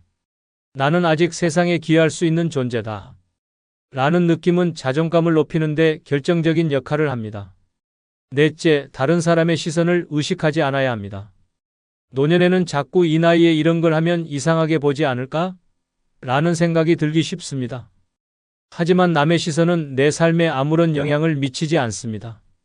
중요한 것은 내가 좋아하고 나를 행복하게 하는 일이 무엇이냐는 점입니다. 노년의 자존감은 더 이상 타인에게 의존하는 것이 아닙니다. 누군가의 칭찬이나 인정이 없어도 나는 나 자신을 사랑하고 존중할 수 있어야 합니다. 자존감은 나를 지키는 가장 강력한 방패이며 나를 앞으로 나아가게 하는 가장 큰 원동력입니다. 이 나이에 뭐가 중요하겠어? 라는 생각은 이제 버리십시오. 당신은 여전히 소중하고 여전히 빛나는 존재입니다. 자존감을 지키는 것은 노년을 활기차고 행복하게 만드는 가장 중요한 열쇠입니다. 지금부터라도 나 자신을 소중히 여기고 스스로를 사랑하는 법을 배워야 합니다. 자존감이 없으면 노년은 흔들리는 나무처럼 외로움과 불안에 시달릴 것입니다. 그러나 자존감이 있다면 어떤 상황에서도 당당하고 행복한 삶을 살아갈 수 있습니다. 당신은 지금도 충분히 가치 있는 사람입니다. 다섯 번째, 쓸모없는 인간관계의 정리입니다. 노년에는 진정으로 가치 있는 관계만 남겨야 합니다. 젊었을 때 우리는 인간관계가 많을수록 든든하다고 믿었습니다. 직장 동료, 동네 이웃, 자녀, 친구, 부모까지 끊임없이 관계를 맺으며 살았습니다. 하지만 은퇴 후 자녀가 독립하고 나면 대부분의 관계는 더 이상 필수가 아닙니다. 오히려 끊지 못한 인간관계가 당신의 시간과 에너지를 갉아먹는 짐이 됩니다. 억지로 유지하는 관계는 공허함만 남깁니다. 가끔씩 불편한 모임에 나가고 의미 없는 대화를 이어가다 보면 정작 나를 위해 써야 할 시간은 점점 줄어듭니다. 이런 관계들은 내가 힘들 때 도움을 줄 사람도 아니고 내 삶에 진정한 가치를 더해주지도 못합니다. 노년은 관계를 정리하고 가벼워져야 할 때입니다. 쓸모없는 인간관계를 끊으면 진정으로 소중한 관계가 빛을 발합니다. 내가 어려울 때 진심으로 곁에 있어줄 단 몇 명의 친구만으로도 충분합니다. 물론 관계를 끊는 일은 쉽지 않습니다. 하지만 내가 행복하지 않은 관계라면 과감히 정리해야 합니다. 내 삶은 나를 위해 살아가는 것입니다. 쓸모없는 관계를 정리하면 남은 시간을 온전히 나를 위해 쓸 수 있습니다. 노년의 인간관계는 양이 아니라 질입니다. 진짜 필요한 사람들과 함께하며 내 삶을 더 가볍고 행복하게 만들어 보세요. 70세 김 씨는 퇴직 후에도 다양한 모임과 인간관계를 유지하려고 애썼습니다. 늙어서 외로워지면 큰일이니까 라는 생각 때문이었습니다. 그는 매주 동창회에 나가고 동네 사람들과의 모임에도 빠지지 않았습니다. 하지만 시간이 지날수록 그 관계들이 자신을 행복하게 해주지 않는다는 사실을 깨달았습니다. 이 사람들과 만나면 항상 똑같은 얘기뿐이야. 어디가 아프다, 누가 잘됐다, 누가 못됐다. 어느 순간 김 씨는 깨달았습니다. 이 많은 관계가 내게 진정 필요한가? 진짜 필요한 순간, 예를 들어 몸이 아프거나 정신적으로 힘들 때, 그 모임 사람들 중 누구도 진심으로 그의 곁에 있어 주지 않았습니다. 대신 그는 의외로 가까운 친구 한 명이 병원에 데려가 주고 함께 고민을 나눠줬던 기억을 떠올렸습니다. 내가 아프거나 힘들 때 진짜로 내 옆에 있어줄 사람은 단 한두 명이면 충분하다. 쓸모없는 인간관계를 끊는 것은 단순히 사람을 멀리하는 것이 아닙니다. 내게 진정한 가치를 주는 관계를 남기고 나를 소모시키는 관계를 정리하는 것입니다. 노년에는 시간과 에너지가 가장 소중한 자원입니다. 아무 의미 없는 모임에 나가고 거칠에만 있는 관계를 유지하려고 애쓰는 것은 그 자원을 낭비하는 일일 뿐입니다. 그렇다고 모든 관계를 끊으라는 뜻은 아닙니다. 내가 아플 때 혹은 정말 외로울 때 진심으로 곁에 있어줄 사람 몇 명만 남기면 됩니다. 중요한 것은 숫자가 아니라 질입니다. 쓸모없는 인간관계를 정리하려면 먼저 내게 어떤 감정을 주는지 점검해야 합니다. 만났을 때 스트레스를 주거나 억지로 유지하려고 애쓰는 관계는 과감히 끊어야 합니다. 진정한 친구라면 서로의 삶을 존중하며 자연스럽게 이어지는 법입니다. 노년에는 주변의 거칠의 관계를 모두 정리하고 진짜 내게 필요한 사람들과 깊은 유대를 맺는 것이 중요합니다. 그런 친구 한 두 명만으로도 외롭지 않은 노년을 보낼 수 있습니다. 그들이 내 곁에 있는 한 나는 절대로 고립되지 않을 것입니다. 쓸모없는 관계를 끊어야 진정한 관계가 빛을 발한다. 지금 당장 내 인간관계를 돌아보고 내게 정말 필요한 사람만 남기세요. 그것이 노년을 자유롭고 행복하게 만들어줄 가장 큰 비결입니다. 늙어서 혼자 사는 것이 두렵고 외로울 것 같다는 생각이 들 수도 있습니다. 하지만 진정으로 중요한 5가지를 준비하면 노년은 누구보다 자유롭고 당당하게 살아갈 수 있는 최고의 시간이 됩니다. 위에 설명한 5가지는 혼자서도 충분히 행복하고 만족스러운 삶을 만들어줄 열쇠입니다. 지금까지는 가족과 사회를 위해 헌신하며 살아왔다면 이제는 오롯이 자신을 위한 삶을 살아야 할 때입니다. 혼자라서 외로운 것이 아니라 준비되지 않은 채로 혼자가 되면 외로워진다. 라는 사실을 기억하세요. 노년은 끝이 아닙니다. 새로운 도전과 성장을 시작할 수 있는 시간입니다. 내 삶의 주인이 되어 내 선택과 의지로 하루하루를 채워나가는 것. 그것이야말로 진정한 행복의 시작입니다. 용기를 내십시오. 지금부터라도 자신을 위한 준비를 시작한다면 당신의 노년은 누구보다 찬란히 빛날 것입니다. 혼자서도 충분히 행복하고 혼자여서 더 자유로운 인생이 당신을 기다리고 있습니다. 마지막으로 구독, 좋아요 부탁드립니다. 이제는 착하면 당합니다. 믿으면 돈을 잃습니다. 노후 자금은 누구도 지켜주지 않습니다. 자식도, 친구도, 정부도 아닙니다. 오직 경계하는 습관과 지키는 기술만이 당신의 돈을 살립니다. 당신이 피땀 흘려 모은 마지막 자산을 어느 날 갑자기 그깟 일 하나로 날려버리고 싶지 않다면 지금부터 이 내용을 반드시 기억하셔야 합니다. 좋아요 누르시면 시작하겠습니다. 노후 자금을 끝까지 지키는 첫 번째는 투자는 모르면 절대 하지 않는 것입니다. 투자로 노후를 지키려다 오히려 노후가 통째로 무너지는 일이 하루에도 수십 건씩 벌어지고 있습니다. 아는 만큼 벌 수 있다는 말은 맞습니다. 그러나 모르는 상태에서 투자에 뛰어드는 것은 맨몸으로 전쟁터에 나가는 것과 같습니다. 모르면 하지 말아야 합니다. 이해가 안 되는 구조는 거들떠보지도 말아야 합니다. 누가 설명을 해줘도 10분 안에 개념이 잡히지 않는다면 그건 당신이 하면 안 되는 투자입니다. 투자란 본질적으로 위험을 동반합니다. 그러나 그 위험을 감지조차 못한 채 시작하면 손해는 콥절이 되고 후에는 평생을 따라다닙니다. 설명을 듣고 나서 그럴듯하다고 느끼는 건 설득을 잘 당했다는 뜻일 뿐입니다. 진짜 투자는 내 돈이 어디에 쓰이고 어떤 방식으로 불어나는지를 내가 정확히 알고 있을 때만 해야 합니다. 사람을 믿어서도 안 됩니다. 관계를 보고 맡겨서도 안 됩니다. 모르면 하지 않는 것, 그것이 유일한 방패입니다. 특히 노년의 투자 실패는 회복이 불가능합니다. 시간이 없습니다. 체력도, 기회도, 다시 시작할 열정도 없습니다. 젊은 사람은 실패해도 배움으로 삼지만 노인은 실패하면 삶 자체가 희청입니다. 몇백만 원도 치명적이며 한 번의 실패가 병원비, 생활비, 임대료까지 줄줄이 위협하게 됩니다. 전라남도 순천에 사는 최 씨는 친한 지인의 소개로 태양광 패널 투자에 참여했습니다.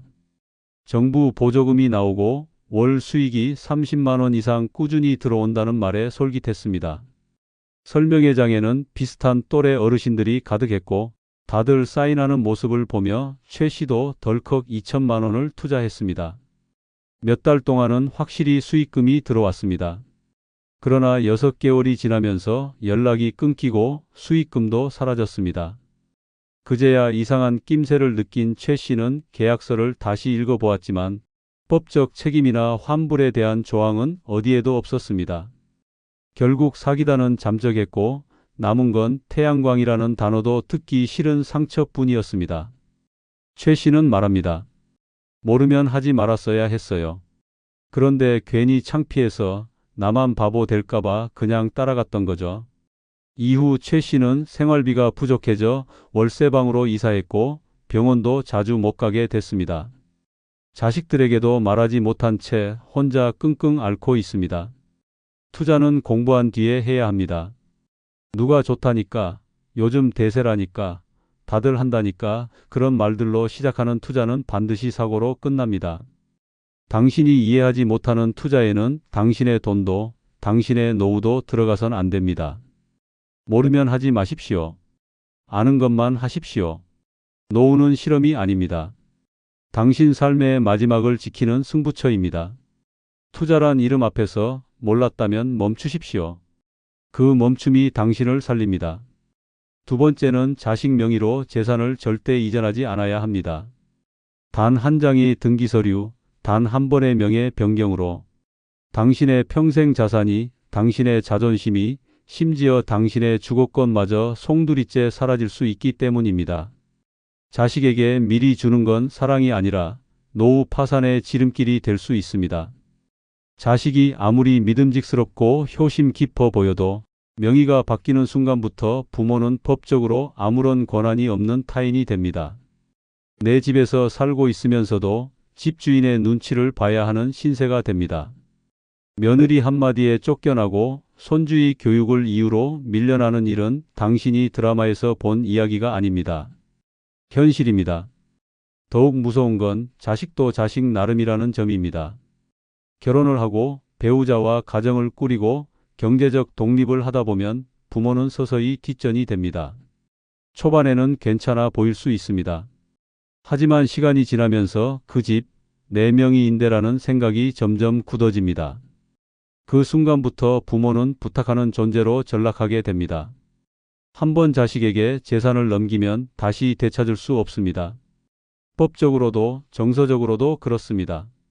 자식이 채무에 시달려 담보로 내놓으면 끝입니다. 이혼이라도 하게 되면 재산 분할의 대상이 되고 사업 실패로 압류라도 당하면 법원 문턱도 밟지 못하고 재산을 빼앗깁니다. 우리 애는 안 그럴 거야 라는 말로 이미 수많은 부모들이 거리로 내몰렸습니다. 효도를 바란 게 아니라 최소한의 안전망을 기대했을 뿐인데 돌아온 건 냉정한 현실과 배신감 뿐이었습니다. 광주광역시에 사는 박 씨는 5층짜리 상가 건물을 아들에게 통째로 넘겼습니다. 사업에 보탬이 될 거야 라는 말에 혹했고 세금도 줄일 겸해서 미리 증여를 했습니다. 처음엔 가게 수익도 공유하고 박 씨도 함께 일을 도왔습니다. 하지만 2년쯤 지나자 아들의 태도가 달라졌습니다. 이제 아버지 세대는 빠져야죠. 젊은 감각으로 가야 합니다. 라는 말을 들은 날 박 씨는 아무 말도 못했습니다. 명의는 아들의 것이었고 법적으로도 개입할 권리가 없었기 때문입니다. 며느리는 더 노골적이었습니다. 아버님이 사장님인 줄 아는 손님들이 불편해해요. 이제 안 나오셔도 돼요. 결국 박 씨는 자신이 지은 건물에서 쫓겨났습니다. 건물에서 밀려나고 마음에서도 밀려났습니다. 손주는 어느 날부터 할아버지 왜 자꾸 와? 라는 말을 하기 시작했습니다. 박 씨는 사람들에게 말합니다. 그땐 내가 바보였어요. 사람을 믿은 게 아니라 내 감정을 믿었어요. 자식도 결국 타인이에요. 나와는 다른 인생을 사는 냉정한 존재라고 이제는 인정합니다. 노후는 감정으로 지킬 수 없습니다. 숫자와 권리로 지켜야 합니다. 재산은 당신의 마지막 자존심입니다. 누구에게도 넘기지 마십시오. 특히 자식에게는 더더욱 주지 마십시오. 줄 땐 당신이 쓰고 남은 것을 줘야지 당신이 쓸 것을 미리 주는 순간 남은 인생은 남의 허락을 받아야만 살아갈 수 있게 됩니다. 그때는 아무도 책임져 주지 않습니다. 오직 당신 자신만이 당신의 노후를 지킬 수 있습니다. 주지 말고 지키십시오. 그것이 진짜 효도를 이끌어내는 방법입니다. 세 번째는 어떤 투자든 수익률 10% 이상을 제한받았다면 무조건 의심부터 해야 합니다. 확정 수익, 월 12% 수익 보장, 1년 안에 2배 같은 말은 전부 당신의 욕심과 불안을 건드리는 덫입니다. 그 말이 달콤할수록 그 제안이 그럴듯할수록 당신의 돈은 이미 누군가의 입속으로 들어가고 있습니다. 수익률 10%는 은행 이자율의 10배 수준입니다. 대한민국에서 합법적인 금융기관이나 안정적 자산이 이런 수익률을 보장할 수는 없습니다. 수익률이 높다는 건 그만큼 위험도 크다는 뜻입니다. 그런데도 안정적이다, 보장된다, 이미 많은 사람이 하고 있다는 말로 불안을 덮으려 한다면 그건 투자 포장이 된 사기일 가능성이 매우 높습니다. 특히 노년층을 노리는 투자 사기는 빠르게 진화하고 있습니다. 요양시설, 요양병원, 실버타운 투자부터 시작해 금괴 투자, 동남아 휴양지 분양, 심지어 AI, 로봇 채굴 코인까지 모양만 다를 뿐 본질은 같습니다. 당신의 돈을 빼앗고 당신의 노후를 파탄내는 고리입니다. 투자는 이해되지 않으면 하지 말아야 합니다. 수익 구조가 복잡하거나 돈이 들어가는 곳이 불명확하거나 계약서가 없는 상태에서 구두로 약속하는 경우는 무조건 피해야 합니다. 나만 아는 정보다. 이건 지금만 가능한 기회다. 어르신들만 모시고 하는 투자다라는 말은 투자 제안이 아니라 작전입니다. 이런 말에 흔들리는 이유는 욕심이 아니라 불안입니다.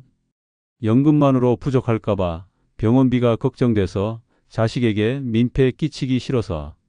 그 불안을 해결해 줄 것 같은 사람이 고정수익 보장을 들고 나타나면 거절하기 어려운 것입니다. 그러나 그 사람은 당신을 위하는 게 아닙니다. 당신의 통장을 노리고 있는 것입니다. 부산 사하구에 사는 윤 씨는 지인 소개로 한 부동산 수익형 펀드에 가입했습니다. 매달 수익률 11%, 원금 보장, 심지어 명의도 윤 씨로 해준다는 설명을 듣고 평생 모은 8천만 원을 투자했습니다. 상대는 보험도 하고 부동산 중개도 해온 인물이었고 심지어 같은 교회 권사였습니다. 이 정도 수익이 안 나면 내가 보전해 주겠다는 말에 마음이 놓였고 계약서는 형식적으로 넘겼습니다. 처음 2달은 매달 88만 원씩 들어왔습니다. 진짜 되는구나 생각하며 남편 통장에 있던 잔액까지 추가로 넣었습니다. 그런데 세 번째 달부터 수익금이 멈췄고 그 사람은 연락이 두절됐습니다. 교회도 안 나오고 사무실은 폐업했고 전화는 꺼져 있었습니다. 남은 건 아무도 책임지지 않는 계약서와 투자 상품명조차 기억나지 않는 황망함 뿐이었습니다. 윤 씨는 며칠 동안 잠도 못 자고 병원에서 공황장애 진단을 받았습니다. 자식에게 말도 못하고 보험 해지하며 생활비를 충당했고 결국엔 월세로 살던 집도 보증금을 줄여야 했습니다. 윤 씨는 말합니다. 나는 돈을 벌고 싶었던 게 아니라 그냥 살아만 보려고 했어요. 근데 그 마음을 꿰뚫고 들어온 거죠. 너무 똑똑했어요. 그 사람. 수익률이 10%를 넘는다는 말은 곧 그만큼 당신 돈을 지킬 장치가 없다는 뜻입니다. 높은 수익률은 절대 공짜로 주어지지 않습니다. 노후 자금은 안정이 먼저입니다. 투자도 이익도 안전이 전제되지 않으면 아무 의미 없습니다. 10% 이상이라는 말이 들리는 순간 제안이 아니라 경고로 받아들이십시오. 그 한 번의 의심이 당신의 인생을 지켜줍니다. 네 번째는 통장을 반드시 3개로 나눠 관리하는 것입니다. 모든 돈을 한 군데에 모아두는 순간 당신의 인생도 한순간에 무너질 수 있습니다. 통장이 하나면 감정도, 판단도, 돈도 함께 휘청입니다. 그러나 통장을 3개로 쪼개면 돈이 새는 곳을 막고 위기에 흔들리지 않으며 계획대로 인생을 끌고 갈 수 있습니다. 첫 번째 통장은 생활비 통장입니다. 식비, 공과금, 약값처럼 매달 고정적으로 나가는 비용만 넣고 매달 같은 날짜에 일정 금액만 꺼내 써야 합니다. 이 통장은 철저히 생존을 위한 계좌입니다. 두 번째 통장은 비상금 통장입니다. 갑자기 병원에 입원하거나 자식이 급하게 돈이 필요하거나 예기치 못한 사고가 발생했을 때를 대비해 비상자금으로 사용해야 합니다. 이 계좌는 평소엔 손대지 말고 오직 위기의 순간에만 꺼내야 합니다. 세 번째 통장은 미래 통장입니다. 여행, 취미, 선물, 자기계발처럼 노후에도 삶의 활력을 유지하기 위한 돈입니다. 이 돈이 있어야 노년이 고립되지 않고 우울하지 않으며 사람들과 관계를 유지할 수 있습니다. 통장을 나눈다는 것은 곧 목적을 나누는 것입니다. 내 돈이 어디로 왜 나가는지를 아는 순간 감정에 휘둘리지 않고 돈을 지킬 수 있습니다. 통장이 하나면 누가 울면서 부탁하면 꺼내주게 되고 오늘만 괜찮겠지 하며 펑펑 쓰게 됩니다. 그러나 3개로 나누면 이건 생활비라 안 돼요. 비상금은 내가 쓰기 전까진 안 꺼내요. 미래 통장은 내가 기분 좋아질 때만 써요라고 스스로에게 말할 수 있습니다. 서울 동작구에 사는 장 씨는 퇴직 후 받은 일시금 1억 2천만 원을 하나의 통장에 넣어 관리했습니다. 처음엔 매달 정해진 금액만 썼지만 자식 결혼 비용, 손주 돌잔치, 아는 사람 경조사, 심지어 친구와의 여행까지 겹치며 돈이 빠르게 줄어들었습니다. 어느 날 은행 잔고를 확인하자 3천만 원이 채 남지 않았고 장 씨는 당황한 나머지 허겁지겁 자식들에게 알렸습니다. 돌아온 건 왜 미리 말 안 했어요? 그렇게 쓰시면 안 되죠라는 말뿐이었습니다. 누구 하나 돈을 보태주겠다는 사람은 없었습니다. 그제야 장 씨는 통장을 나눠야 했다는 사실을 뼈저리게 깨달았습니다. 생활비용과 행사비, 취미생활비가 뒤섞이니 아무리 전략해도 어디서 줄여야 할지 감조차 없었던 것입니다. 이후 장 씨는 새 통장을 2개 더 만들어 각각 정해진 용도만 사용하기 시작했습니다. 놀라운 건 그 뒤부터였습니다. 소비가 줄고 불안감도 사라졌습니다. 잔고는 줄지 않았고 계획은 분명해졌으며 심리적인 안정감이 생겼습니다. 장 씨는 말합니다. 통장이 셋으로 나뉘니까 내 인생도 세 갈래로 나뉘더라고요. 하나는 현재, 하나는 위기, 하나는 즐거움. 이제야 진짜 인생을 조절할 수 있는 기분이에요. 돈은 많고 적음보다 다루는 방식이 중요합니다. 하나의 통장에 모든 걸 넣어두는 건 폭탄을 안고 사는 것과 같습니다. 그러나 통장을 나누는 순간 당신의 인생도 질서와 방향을 되찾습니다. 노후는 통장 속 잔액보다 그 돈을 어떻게 나눠 쓰느냐에 달려 있습니다. 통장 3개, 그것이 당신의 노후를 지키는 가장 확실한 방패입니다. 노후 자금을 끝까지 지키는 5번째는 친구 이웃 간 돈 거래를 절대 하지 않아야 합니다. 아무리 가까운 사이라 해도 돈이 오가는 순간 관계는 망가집니다. 정으로 시작된 대화가 오해와 불신으로 끝나고 믿음으로 준 돈이 원망과 배신으로 돌아옵니다. 특히 노년의 돈은 평생을 참고 견디며 모은 생존의 자산입니다. 그런데 그 귀한 돈을 이번 한 번만이라는 말에 내주면 돌아오는 건 빈 통장과 무너진 관계뿐입니다. 노후의 자금은 젊을 때처럼 다시 메울 수 있는 여유가 없습니다. 월급도 없고 사업도 없고 일할 체력도 없습니다. 잃으면 끝이고 빌려주면 사라집니다. 상대는 급한 불 끄자고 빌리는 거지만 당신은 그 불에 타 죽을 수 있습니다. 돈을 빌리러 오는 사람은 대부분 진심으로 급합니다. 하지만 그 진심은 곧 책임을 못 진다는 말과 다르지 않습니다. 여유가 있었다면 은행을 갔을 것이고 방법이 있었다면 당신에게 부탁하지 않았을 것입니다. 결국 갚을 확률이 낮다는 뜻이며 결국 당신이 손해를 안고 감정을 소모하는 일이 벌어집니다. 돈을 빌려줬다가 돌아오지 않으면 관계도 끝납니다. 문제는 여기서 끝이 아닙니다. 처음엔 미안해하던 사람이 시간이 지나면 당신을 피하고 결국엔 당신 탓으로 돌리기 시작합니다. 그때 안 빌려줬으면 어땠겠냐, 빌려준 게 잘못이다라는 말까지 듣게 됩니다. 그 순간 남는 건 돈 잃은 허무함과 마음 다친 분노뿐입니다. 충청남도 공주시에 사는 김 씨는 이웃에게 700만 원을 빌려줬습니다. 30년 지기였고 아이들 유치원 다닐 때부터 알고 지낸 사이라서 단 한 번도 의심하지 않았습니다. 이웃은 가게 권리금만 조금 부족해서 그러니 2달만 쓰겠다며 애원했고 김 씨는 사람 봐가며 돕는 거지라는 생각으로 통장을 열었습니다. 하지만 6개월이 지나도 갚을 기미는 없었고 전화도 받지 않았습니다. 찾아가면 없다고 하고 문자하면 씹고 결국 SNS에서 친구 끊기까지 당했습니다. 그 후로 김 씨는 그 길을 아예 피하고 다녔고 함께 다니던 동네 모임도 끊었습니다. 한 번의 돈 거래로 돈도 잃고 인간관계도 잃고 마음도 무너졌습니다. 무서운 건 김 씨가 누구에게도 이 말을 하지 못했다는 점입니다. 그깟 돈이라고 말할까봐, 어떻게 그 사람한테 빌려줘라고 들을까봐 김 씨는 속만 썩이고 있었습니다. 결국 병원에선 스트레스성 위염 진단까지 받았습니다. 김 씨는 말합니다. 그 돈은 다시 벌면 되지만 내 마음은 못 고쳐요. 돈이 아니라 자존심이 깨졌어요. 노후의 돈은 자산이 아닙니다. 생명줄입니다. 이웃과 친구 사이에 돈을 섞는 순간 정든 이름은 사라지고 채무자와 채권자만 남습니다. 그 정도도 못 믿냐는 말에 흔들리지 마십시오. 믿지 않는 것이 아니라 지키는 것입니다. 나를, 나의 노후를, 내가 만든 삶을 지키는 것입니다. 거절하십시오. 애매하게 웃지 말고 단호하게 말하십시오.